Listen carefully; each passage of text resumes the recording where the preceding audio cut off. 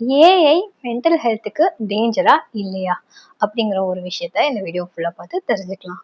இப்போ ஏஐ கிட்ட நிறைய பேர் போயிட்டு பேசுறீங்க, உங்களோட பர்சனல் கன்சர்ன்ஸ சொல்றீங்க. அண்ட் அது ஒரு தெரபிஸ்டாவே பார்க்குறேன் அப்படின்னு சொல்லிட்டு நிறைய மீம்ஸோ இல்ல நிறைய பெர்சன்ஸோ சொல்றாங்க. பட் இதெல்லாம் எந்த அளவுக்கு நல்லது அப்படின்றத பார்க்கும்போது, ஒரு தெரபிஸ்ட் அப்படிங்கிறவங்க உங்களோட இமோஷன்ஸ அண்டர்ஸ்டாண்ட் பண்ணி, அந்த இமோஷன் என்னங்கிறத ப்ராப்பரா உங்களுக்கே ஃபெசிலிட்டேட் பண்ணி அண்டர்ஸ்டாண்ட் பண்ண வைப்பாங்க.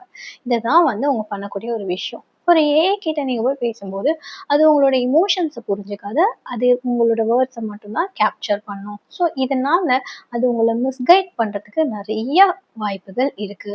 அது மட்டும் இல்லாம நீங்க ஷேர் பண்ற விஷயங்கள் பிரைவசியா இருக்காது. அது எங்கேயோ ஏதோ ஒரு இடத்துல ஸ்டோர் ஆகிட்டு இருக்குது. இதோட விளைவுகள் தெரியாம நெறைய பேர் நெறைய நேரங்கள்ல ஏஐய தெரபிஸ்ட்டா பார்க்குறாங்க. மென்டல் ஹெல்த்தை பொறுத்த வரைக்கும் ஒரு இண்டிவிஜுவலுக்கு சப்போர்ட்டிவா ஒரு ஹியூமன் தான் இருக்க முடியுமே தவிர ஏஐயால அதை ரீப்ளேஸ் பண்ண முடியாது தான்.